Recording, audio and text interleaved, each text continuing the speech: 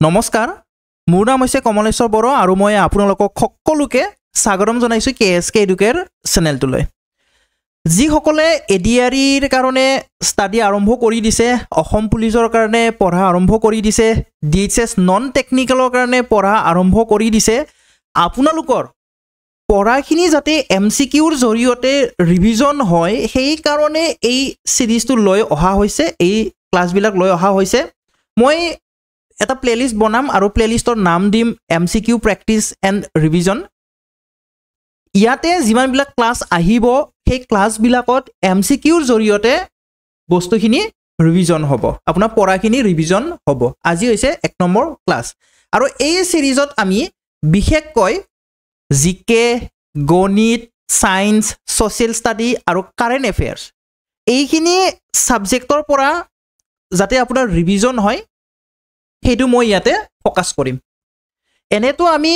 Science social study current এফেয়াৰ্স এইবিলাক জিকেৰ ভিতৰতে অন্তৰ্গত আমি কৰিব পাৰো ইয়াৰ ভিতৰতে আমি পেলাই দিব পাৰো কিন্তু এডিআৰিৰ ক্ষেত্ৰত সিলেবাসত জিকে সায়েন্স সোশ্যাল ষ্টাডি কাৰেন্ট এফেয়াৰ্স এইবিলাক বেলেগ বেলেগকে মেনশন কৰি দিয়া থাকে সেই কাৰণে মই ইয়াতে মেনশন কৰি দিছো আৰু মই এইটো টাৰ্গেট কৰিম যাতে এইখিনিৰ পৰা আপোনালোকৰ অতি সুন্দৰকৈ ৰিভিজন হয় প্ৰথম কোৱেশ্চনটো চাও কি দিছে what is the capital of Canada কানাডাৰ ৰাজধানী হৈছে কানাডাৰ ৰাজধানী কি হয় অপচন বিলাকত দিয়া আছে অট্টাৱা মন্ট্ৰিল টৰন্টো আৰু ডিট্ৰইট এই চাৰিটা অপচনৰ ভিতৰত আপোনাৰ অপচন এ টো কাৰেক্ট হয় অট্টাৱা আমি যদি কানাডা এই দেশখন মেপত চাও তেতিয়া হলে আমি কোনখন মহাদেশত পাও আমি কানাডা এই দেশখন আমি নৰ্থ আমেৰিকা মহাদেশৰ অংশ হিচাপে পাও নৰ্থ আমেৰিকা উত্তৰ আমেৰিকাৰ এখন দেশ হৈ কানাডা মই ইয়াতে মেপটো ইনক্লুড কৰি দি দিছো বাৰু ইয়াৰ লগতে আমি কানাডাৰ কি আমি জানিব লাগিব কিছুমান পইণ্ট জানিব লগা আছে দৰকাৰী পইণ্ট কিছুমান আছে পৰীক্ষাৰ কাৰণে মই কৈছো অকল এমসিকিউ প্ৰেক্টিস নহয় ইয়াতে আপোনাৰ খুব ধুনিয়াকৈ ৰিভিজন হৈ যাব এডিশনাল পইণ্ট একদম থুচি ভৰাই দিছো মই ইয়াতে যিমান পাৰো এডিশনাল এক্সট্ৰা পইণ্ট মই ইয়াতে কুমাই দিছো যেনেকে ক্যাপিটেলটো অট্টাৱা আমি পালোৱে লাৰ্জেষ্ট সিটি কি হয় কানাডাৰ আটাইতকৈ ডাঙৰ সিটি হৈছে টৰন্টো আৰু মাটিকালি হিচাপত যদি আমি চাব যাও গোটেই বিশ্বৰ ভিতৰত কানাডা 2 নম্বৰত থাকে গোটেই বিশ্বৰ ভিতৰত মাটিকালি হিচাপত কানাডা 2 নম্বৰত থাকে 1 নম্বৰত কোনি থাকে কোনখন দেশ মাটিকালি হিচাপত কোনখন দেশ আটাইতকৈ ডাঙৰ হয় বিশ্বৰ ভিতৰত ৰাছিয়া আৰু 2 নম্বৰত হৈছে কানাডা আৰু এটা ইম্পৰ্টেন্ট পইণ্ট সেইটো হৈছে গোটেই বিশ্বৰ ভিতৰতে যি উপকূলীয় ৰেখা আছে কোষ্ট লাইন আছে সেইটো কানাডাৰ আটাইতকৈ দীঘল হয় লংগেষ্ট হয় Canada has longest coastline in the world. যিমান পাৰো ইম্পৰ্টেন্ট পইণ্ট বিলাক মই একদম থুচি ভৰাবলৈ চেষ্টা কৰিছো নেক্সট প্ৰশ্নটো চাও why is Rajghat famous Rajghat কিয় বিখ্যাত হয় ৰাজঘাট কি হয় ৰাজঘাট এটা সমাধি স্থল হয় বা সমাধি ক্ষেত্ৰ হয় কাৰ হয় ৰাজঘাট মহাত্মা গান্ধীৰ সমাধিস্থল হয় বা সমাধি ক্ষেত্ৰ হয় মহাত্মা গান্ধীৰ অপচন বি টো কাৰেক্ট হ'ব option B is the correct answer কেতিয়াবা সুধিব পাৰে যে ৰাজঘাট কি হয় তেতিয়া আমি লিখিম সমাধিস্থল হয় বুলি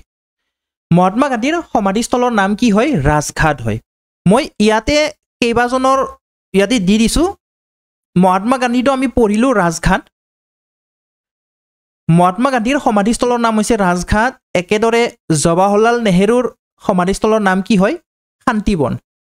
শান্তিবন কাৰ সমাধি ক্ষেত্ৰ হয় জৱাহৰলাল নেহৰুৰ আৰু শক্তিস্থল কাৰ হয় শক্তিস্থল হৈছে ইন্দিৰা গান্ধীৰ সমাধি ক্ষেত্ৰখনৰ নাম কি হয় শক্তিস্থল ৰাজীৱ গান্ধীৰ সমাধিস্থলৰ নাম কি হয় বীৰভূমি অটল বিহাৰী বাজপেয়ীৰ সমাধিস্থলৰ নাম কি হয় সদাইভ অটল একেদৰে মোৰাৰজী দেশাইৰ সমাধিস্থলৰ নাম কি হয় অভয়ঘাট তো এইগিটা মই এডিশনাল পইণ্ট ইয়াতে দি দিছো কাৰণ মোৰ লক্ষ্য হৈছে এমসিকিউৰ জৰিয়তে যাতে আপোনাৰ একদম ম্যাক্সিমাম ৰিভিজন হয় ম্যাক্সিমাম ৰিভিজন কৰোৱাটোৱে হৈছে এই সিৰিজৰ target deficiency of iron causes আইৰণৰ অভাৱত হয় আইৰণৰ অভাৱত কি ৰোগ হয় বেৰি স্কাৰভি এনিমিয়া নে হেপাটাইটিছ বেৰিটো নহয় বেৰিটো কি হয় ভিটামিন B1 ভিটামিন B1ৰ অভাৱতহে বেৰি ৰোগ হয় স্কাৰভি হৈছে ভিটামিন চিৰ অভাৱত হোৱা ৰোগ আৰু আইৰণৰ অভাৱত হোৱা ৰোগ হৈছে এনিমিয়া হেপাটাইটিছ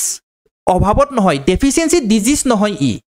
যে ভিটামিনৰ অভাৱ হলে বা মিনাৰেলৰ অভাৱ হলে যে হেপাটাইটিছ হ'ব তেনেকুৱা নহয় ই এটা ভাইৰেল ইনফেকচন হয় ই এটা কি হয় ভাইৰেল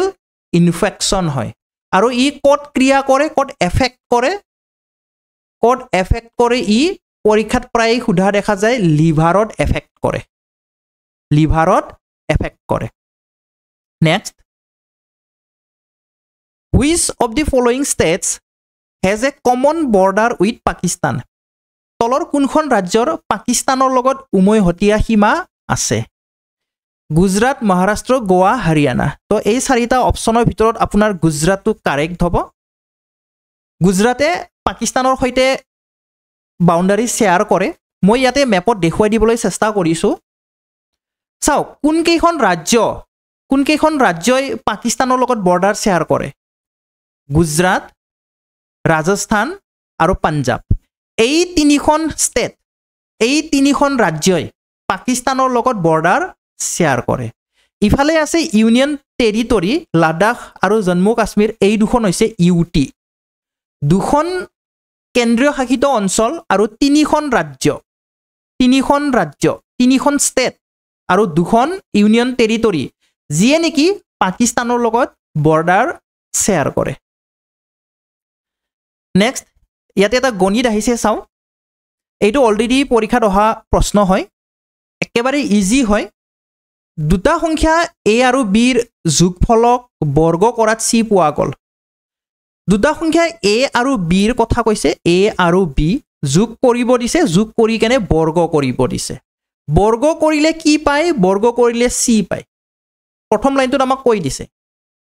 তাৰ পিছত কৈছে যে পৰৱৰ্তী ধাপত মানে নেক্সট ষ্টেপত এৰ পৰা বি বিয়োগ কৰিলো কৰাৰ পিছত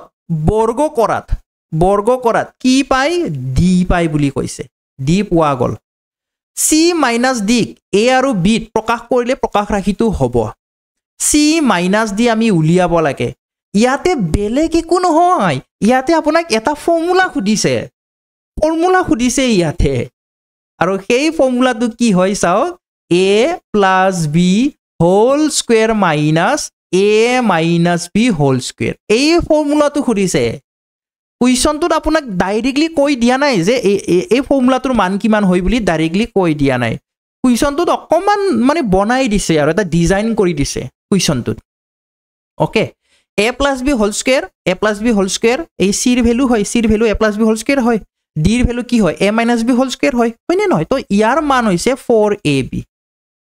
মান হৈছে 4ab option D two correct হয় কেনেকৈ হল মই বুজাই দিবলৈ চেষ্টা কৰিম okay a plus b whole square মানে কি হয় a square plus twice ab plus b square হয় এইখিনি কৰ পৰা আহিলে a plus b whole square পৰা আহিছে মাজত মাইনাস আছে মই মাইনাস দিম a minus b whole square মানে কি হয় a square minus twice ab plus b square হয় এতিয়া মই যদি ব্ৰেকেট বিলাক খুলি দিও তেতিয়া কি হ'ব a square plus twice ab plus b square এই ব্ৰেকেটটো খুলি দিয়াৰ লগে লগে এই মাইনাসটো ভিতৰত সোমাই যাব কি হ'ব a square আগত মাইনাস বহিব এইটো মাইনাস প্লাস হ'ব প্লাস twice ab আৰু এইটো মাইনাস এইটো প্লাস লগ লাগি কেনে মাইনাস হ'ব b square a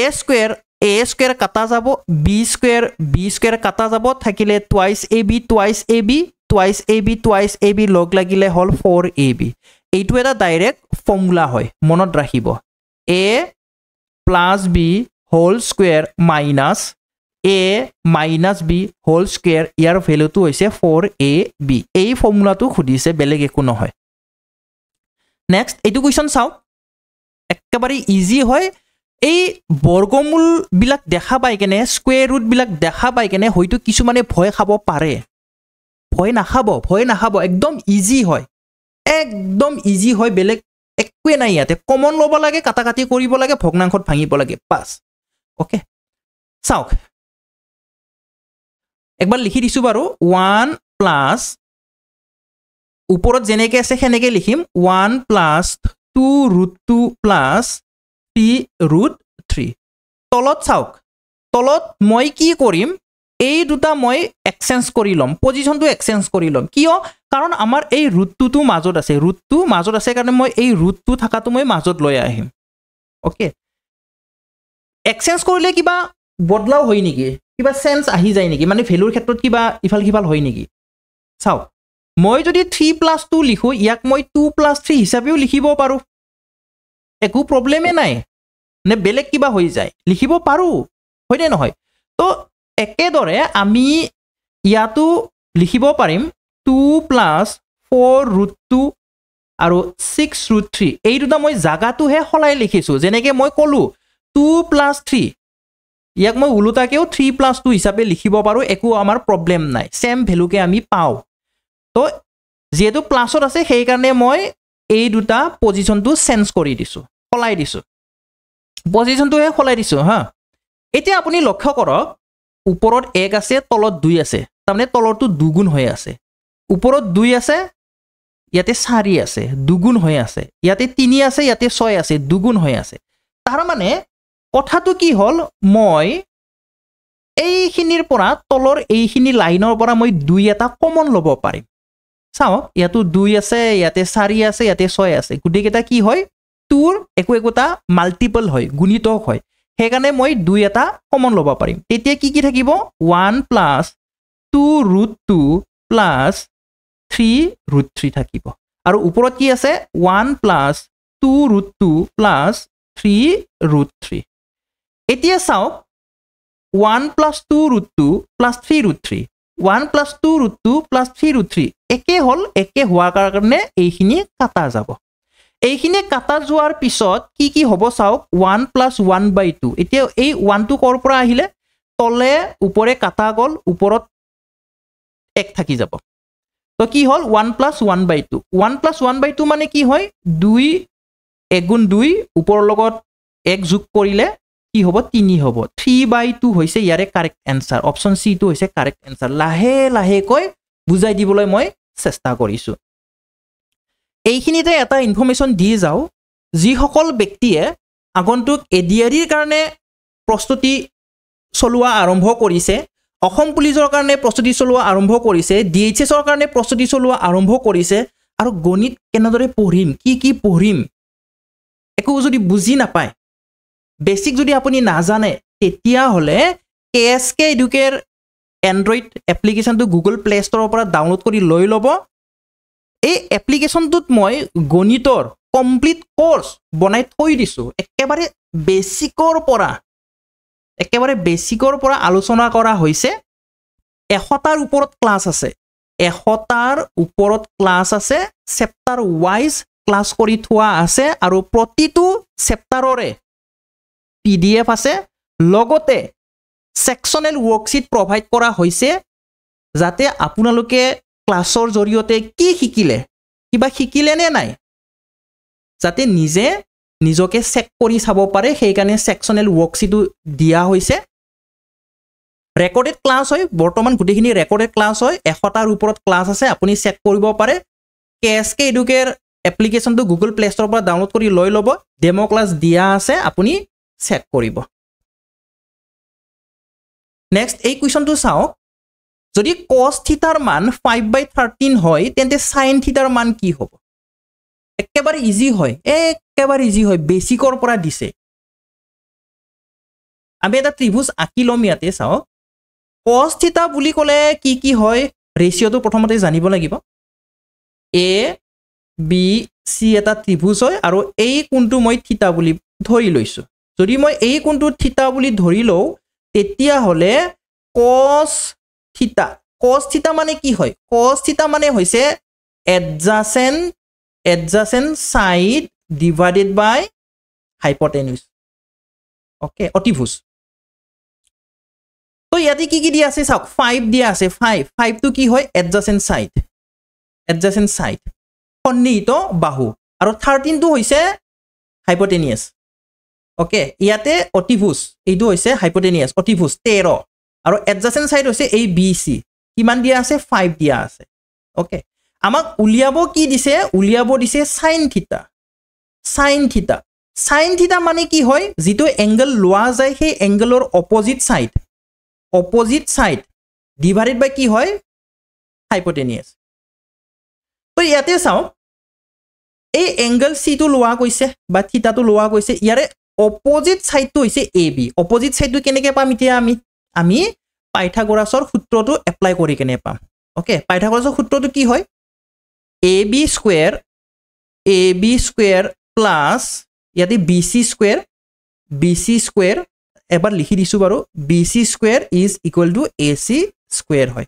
AB ৰ মান আমি গম নাপাও AB স্কয়াৰ লিখিম BC ৰ মান আমি গম পাও 5 বুলি 5 স্কয়াৰ লিখিম আৰু AC ৰ ভ্যালু হৈছে 13 তো ইয়াৰ পৰা AB square is equal to কি হ'ব 13 স্কয়াৰ মানে হৈছে 169 মাইনাস 5 স্কয়াৰ মানে হৈছে 25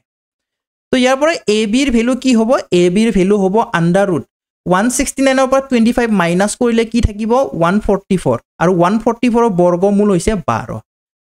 ওকে 12 তো আমি কি পালো আমি অপোজিট সাইড টু 12 পালো 12 আৰু অতিভুজ কি হয় 13 অৰ্থাৎ আমাৰ এনসাৰ হৈছে 13 ভাগৰ 12 অপচন সি টো হৈছে কাৰেক্ট এনসাৰ এতিয়া চাব দে এইখিনি স্টেপ কৰাটো জৰুৰী নেকি যে মই কৰিবাই লাগিব নহয় এইখিনি স্টেপ হৈছে নাজানা কেইটাৰ কাৰণে যে যিয়ে নেকি ট্ৰিপলেট নাজানে এতিয়া চাওক যি কেইটাই ট্ৰিপলেট জানে সেই কেইটাই একদম সহজে কৰিব 5 12 ইয়াৰ ট্ৰিপলেটটো হৈছে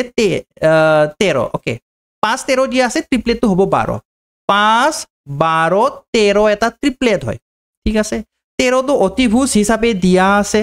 সন্নিহিত বাহু হিচাপে 5 দিয়া আছে তাৰ মানে অপোজিট যেটো সাইড হয় বিপৰীত যেটো বাহু হয় সেইটো 12 এ হ'ব বুলি আমি ডাইৰেক্টলি ক'ব পাৰো কাৰণ এইগিটা এটা ট্ৰিপলেট হয় ওকে 5 13 দিয়া আছে তাৰ মানে অপোজিট সাইডটো 12 হ'ব আৰু sin থিটা মানে কি হয় অপোজিট সাইড বাই হাইপোটেনিয়াস তাৰ মানে কি 12 বাই 13 আমি মুখে মুখে কৰিব পাৰো 12 বাই 13 বুলি ডাইৰেক্টলি আমি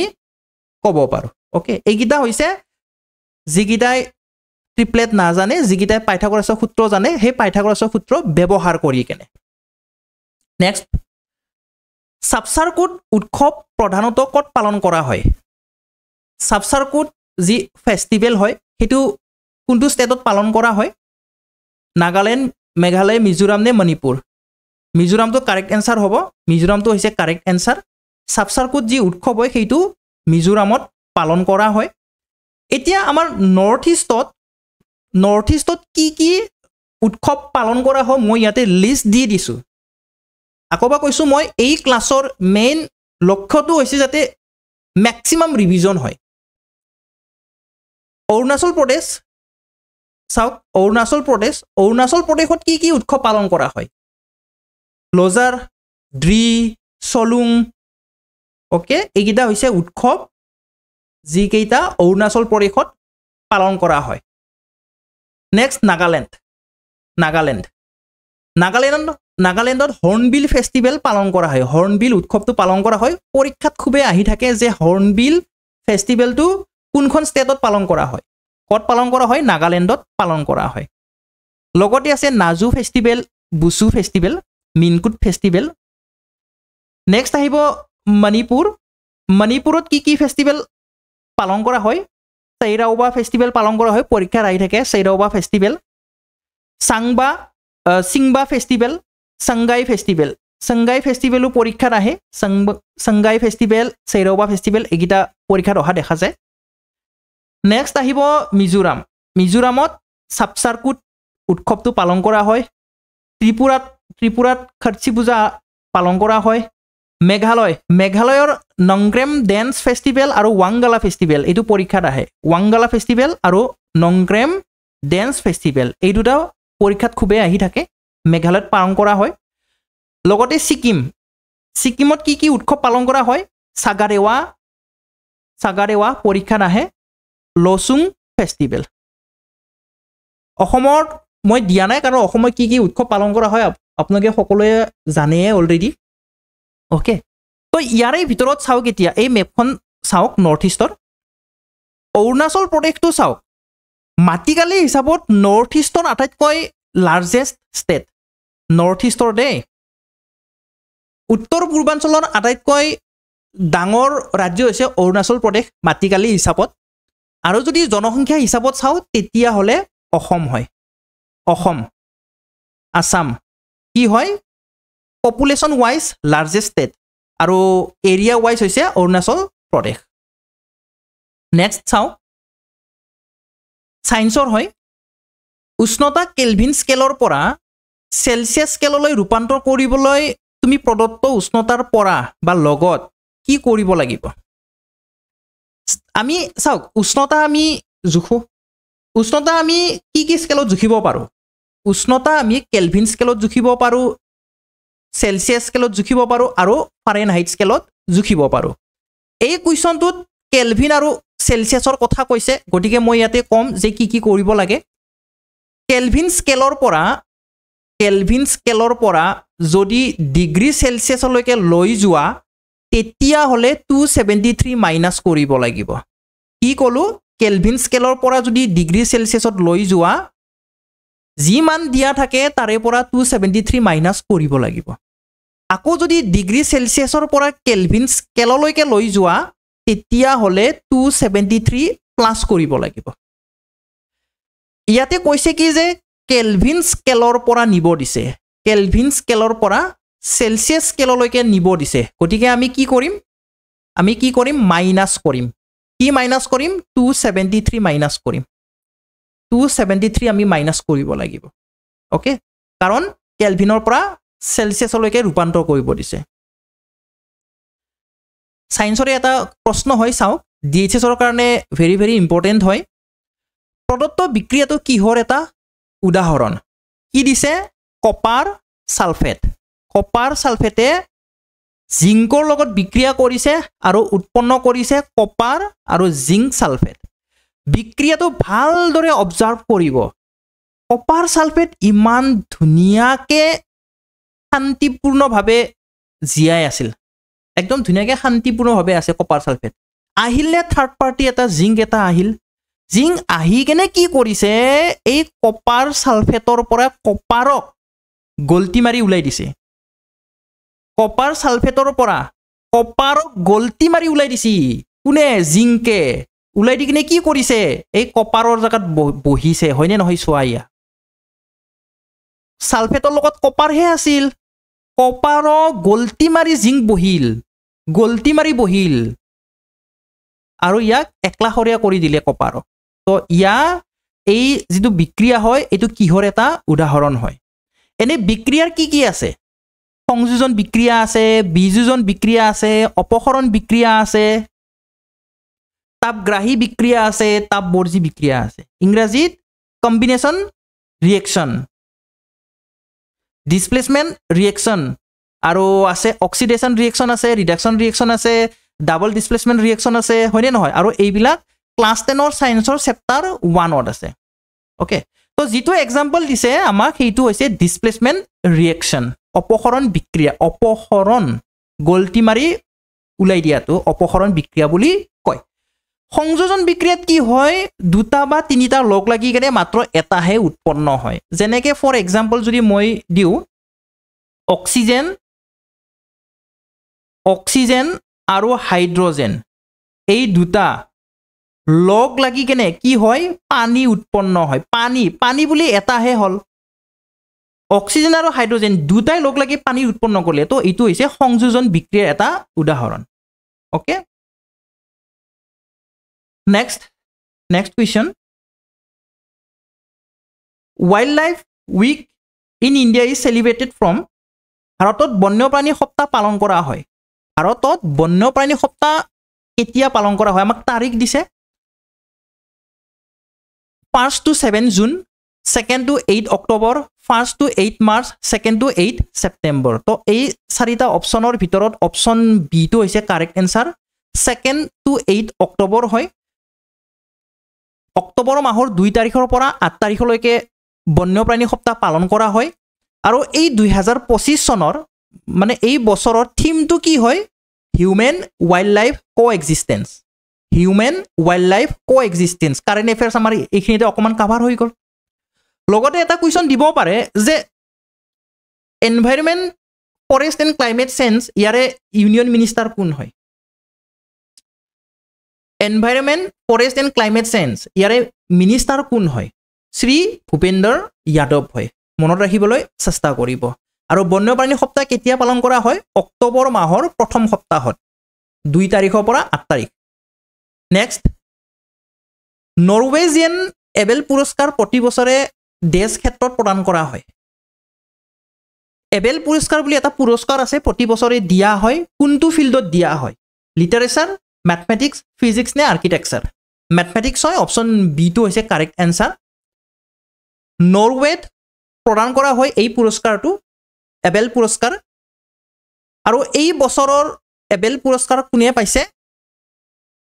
মাসাকি কাছিৱাৰাই পাইছে মাসাকি কাছিৱাৰাই এবেল পুৰস্কাৰ পাইছে এই বছৰত কিহৰ কাৰণে পাইছে এলজেব্ৰিক এনালাইসিস এণ্ড ৰিপ্ৰেজেন্টেশন থিওৰিৰ কাৰণে পাইছে জাপানৰ এজন গণিতজ্ঞ হয় জাপানিজ ম্যাথমেটিচিয়ান জাপানৰ এজন গণিতজ্ঞ মাসাকি কাছিৱাৰা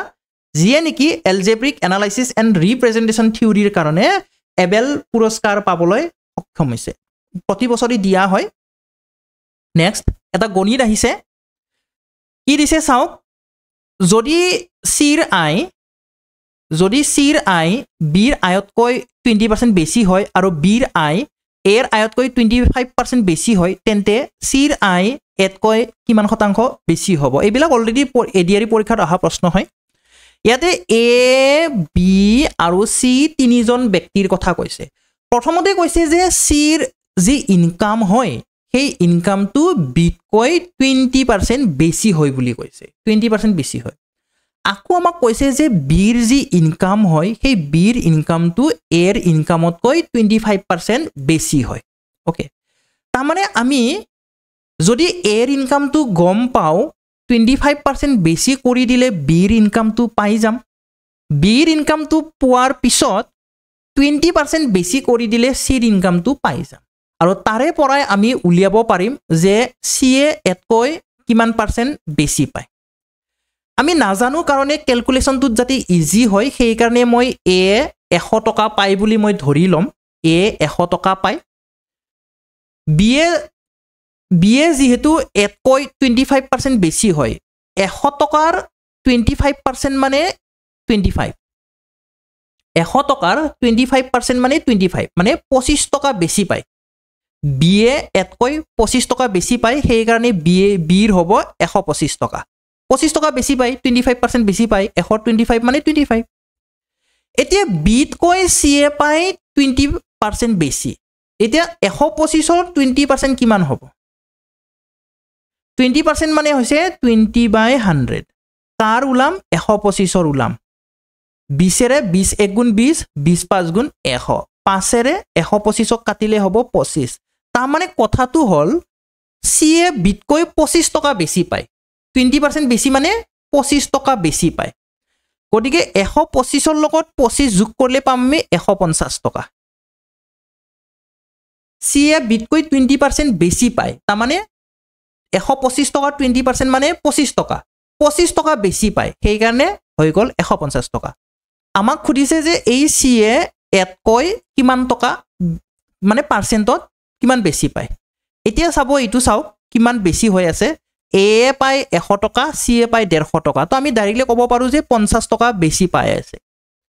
50 টকা বেছি পাই আছে কাটকৈ এতকৈ এৰ তুলনাত খুদিছে সেই কাৰণে আমি এৰ মানটো তলত বহাম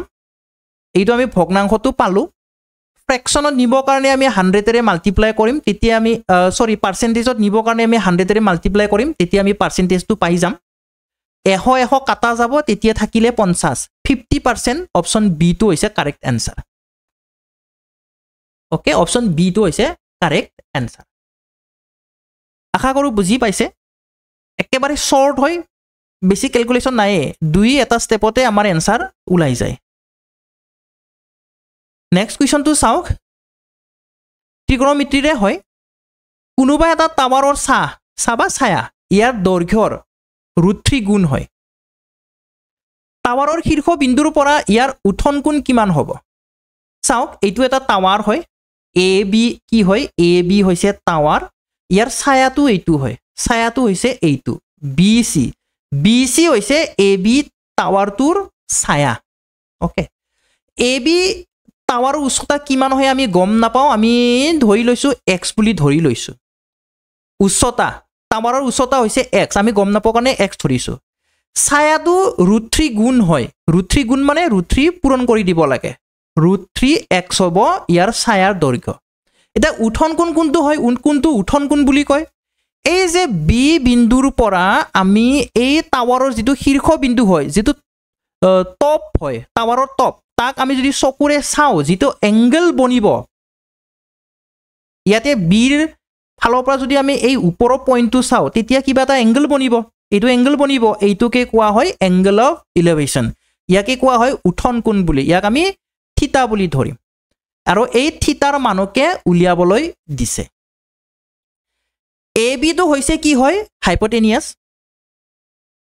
অতিভুজ হয় এ বি টো হৈছে অতিভুজৰ একো মেনশন নাই একো মান দিয়া নাই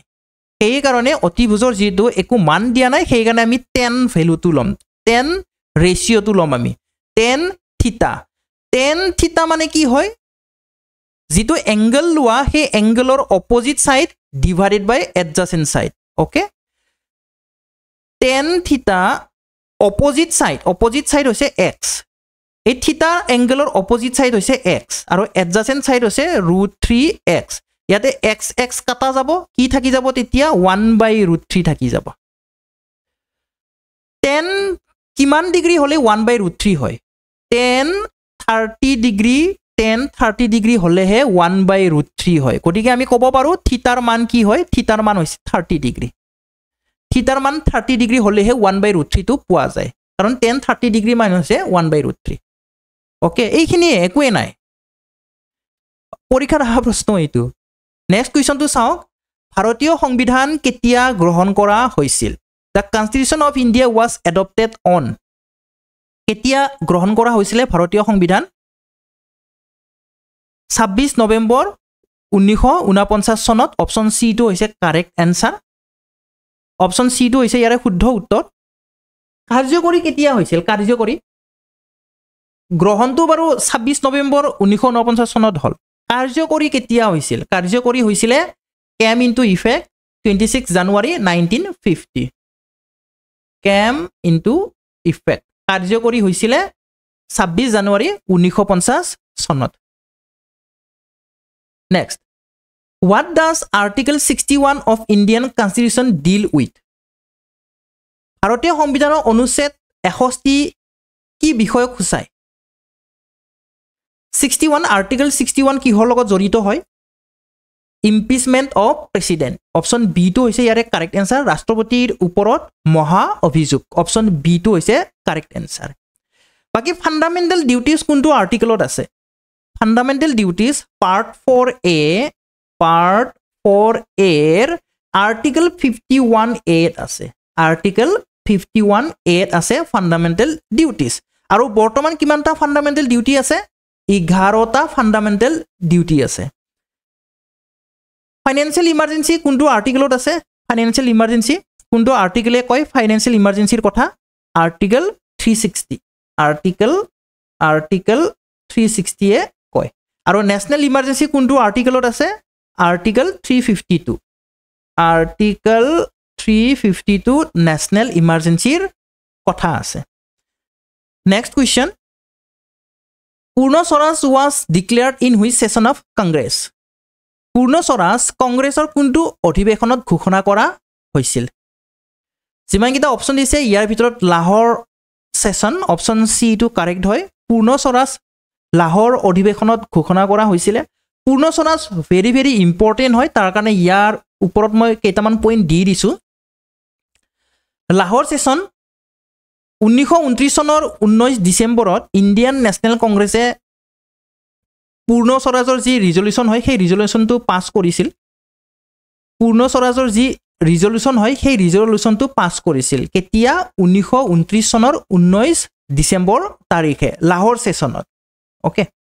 তাৰে পিছত 1929 চনৰ 31 ডিচেম্বৰৰ ৰাতি জৱাহৰলাল নেহৰুৱে ৰবি নদীৰ পাৰত কি কৰিছিলে আমাৰ যি ত্ৰিৰংগ পতাকা আছে তাক উত্তোলন কৰিছিল আৰু 26 জানুৱাৰী 1930 চনত স্বাধীনতা দিৱস হিচাপে পালন কৰিছিল ইণ্ডিয়ান নেশ্যনেল কংগ্ৰেছে সেই কাহিনীতে ভাৰতে যেতিয়া স্বাধীন লাভ কৰা নাছিল তেতিয়া 1929 চনত 26 জানুৱাৰীত স্বাধীনতা দিৱস হিচাপে পালন কৰিছিল আৰু সেই কাৰণে এই 26 জানুৱাৰী তাৰিখে সেই দিনটোত 1950ৰ 26 জানুৱাৰী দিনটোত কি কৰিছে ভাৰতৰ যি সংবিধান সেই সংবিধানটো কাৰ্যকৰী কৰিছিল যাতে এই দিনটো মনত ৰাখিব পৰা যায় কাৰণ এই দিনটোত 26 জানুৱাৰী দিনটোত 1930 চনত ইণ্ডিয়ান নেশ্যনেল কংগ্ৰেছে স্বাধীনতা দিৱস হিচাপে পালন কৰিছিল next battle of Plassey was fought in the year Plassey যুদ্ধ কিমান চনত হৈছিল এইবিলাক আহি থাকে হয়নে নহয় একেবাৰে ইজি কুৱেশ্যন আৰু আহি থকা প্ৰশ্ন হয় 1757 চনত পলাচী যুদ্ধ হৈছিলে কাৰ মাজত হৈছিলে সিৰাজউদ্দৌলা আৰু ৰবাৰ্ট ক্লাইভ কাৰ মাজত হৈছিলে ব্ৰিটিছ ইষ্ট ইণ্ডিয়া কোম্পানীৰ কমাণ্ডাৰ ৰবাৰ্ট ক্লাইভ আৰু কাৰ মাজত হৈছিলে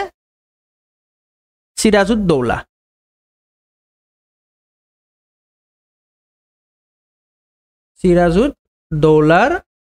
মাজত হৈছিলে আৰু যদি তাৰিখটো যদি দিয়ে 1757 চনৰ 23 জুন কেতিয়াবা তাৰিখটো মেনশ্যন কৰি দিব পাৰে ইয়াতে কেতিয়াবা সোধে যে পলাচী যুদ্ধত ব্ৰিটিছ ইষ্ট ইণ্ডিয়া কোম্পানীৰ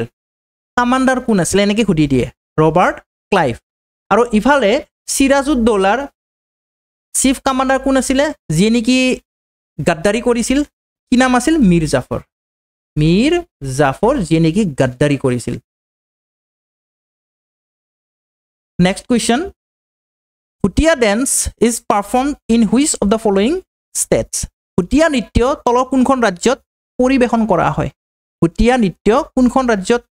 পৰিৱেশন কৰা হয় নাগালেণ্ড উৰিষ্যা ৱেষ্ট বেংগল ছিকিম কোনখন হ'ব ছিকিম হৈছে অপশ্যন ডিটো হৈছে ইয়াৰে কাৰেক্ট এনচাৰ মই ইয়াতে কেইটামান ডেন্স ইয়াতে মই দি দিছোঁ ছিকিমত কি পালন কৰা হয় ভুটীয়া ডেন্স চুফাট ইয়াকচাউম ৱেষ্ট বেংগলত পুৰুলীয়া চাও কাঠি গজন মাৰাচিয়া এইবিলাক ডেন্স বা এইবিলাক নৃত্য কৰা হয় উৰিষ্যাত ঘুমৰ চাও মুনাৰী এইবিলাক নৃত্য কৰা হয় নৃত্য পৰিৱেশন কৰা হয় নাগালেণ্ডত চং কাইবা বাম্বু ডেন্স এইবিলাক হৈছে নাগালেণ্ডৰ একোটা নৃত্য তো মই ইয়াতে ৰিভিজন হোৱাকৈ কেইটামান নৃত্যৰ নাম দি দিছোঁ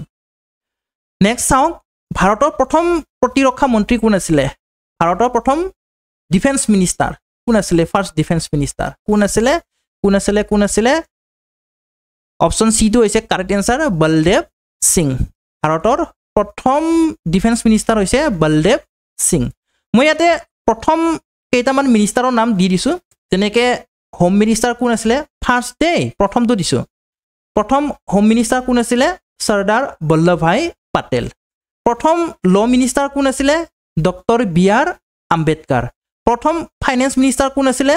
আৰ কে সন্মুখম ছেত্ৰী এইটো আহি থাকে এইবিলাক আহি থাকে পৰীক্ষাত প্ৰথম ৰেলৱে এণ্ড ট্ৰেন্সপৰ্ট মিনিষ্টাৰ কোন আছিলে ডক্টৰ জন মাথাই আৰু প্ৰথম ডিফেন্স মিনিষ্টাৰ কোন আছিলে চৰ্দাৰ বলদেৱ সিং গতিকে এইবিলাক মনত ৰাখিবলৈ চেষ্টা কৰিব যিমান পাৰোঁ এটা প্ৰশ্নৰ লগতে 4-5টা পইণ্ট ৰিভিজন কৰাবলৈ মই চেষ্টা কৰিছোঁ নেক্সট আছে ভলীবল খেলত প্ৰতিটো দলত কিমানজন খেলুৱৈ থাকে ভলীবল খেলত প্ৰতিটো দলত কিমানজন খেলুৱৈ থাকে 5, 8, 6, 7 6জন থাকে প্ৰতিটো দলত 6জনকৈ প্লেয়াৰ থাকে ভলীবলত আৰু 6জন সাবষ্টিটিউট থাকে সাবষ্টিটিউট ম্যাক্সিমাম 6জন থাকে দেই নেক্সট মেণ্ডাৰিন ভাৰতৰ কোনখন চুবুৰীয়া দেশৰ ৰাজকীয় ভাষা হয় Mandarin is the official language of which neighbouring country of India ভাৰতৰ কোনখন চুবুৰীয়া দেশৰ ৰাজকীয় ভাষা হয় মেণ্ডাৰিন হৈছে চাইনাৰ এটা ৰাজকীয় ভাষা এটা অফিচিয়েল লেংগুৱেজ আৰু ৰাজভাষা অফিচিয়েল লেংগুৱেজ আৰু ইয়াতে মই কেইটামান অফিচিয়েল লেংগুৱেজ দি দিছোঁ আফগানিস্তানৰ অফিচিয়েল লেংগুৱেজ দৌৰি ভূটানৰ হৈছে জংখা আৰু শ্ৰীলংকাৰ হৈছে চিনহালা আৰু তামিল চিনহাল বা চিনহালা যেনেকৈ যি প্ৰনাউন্সিয়েশ্যন কৰে আৰু তামিল এইকেইটা হৈছে শ্ৰীলংকাৰ official language next the god of small things